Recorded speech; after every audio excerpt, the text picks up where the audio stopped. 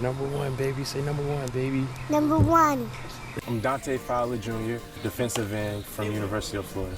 When we first realized that how powerful Dante was, backyard football, I'll peek out and I'll see him taking off with the football, just dragging him. I was like, oh my God, this little boy is going to be something. My favorite player all the time was Ray Lewis. And just to see how, the passion that he had for the game and what he brought to the table in football as far as the leadership off the field and on the field, how he played, I studied him. I studied the ins and outs of Ray Lewis.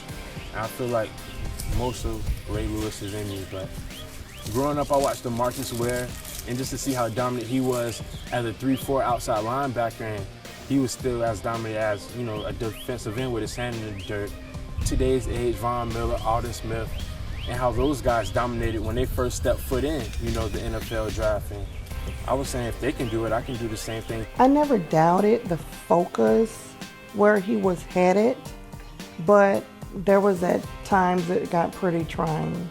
I'm the type of guy I don't want to let people down, especially the people that I love and that I'm working for. When I had him, I knew I had to work even more harder. He was my energy booster. When I was tired, I think about him, and I'm not tired anymore. It's time to go. So I'm glad he came in my life around that time, because that was a time that I needed to start growing and maturing, and he definitely helped me do that and grow as a man.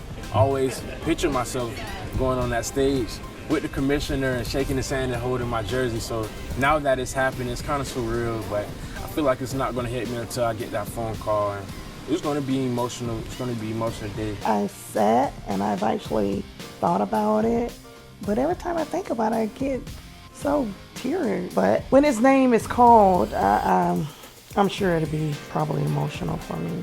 I'm always remember this for the rest of my life, and this is my career now. This is what I want to do, and it's happening.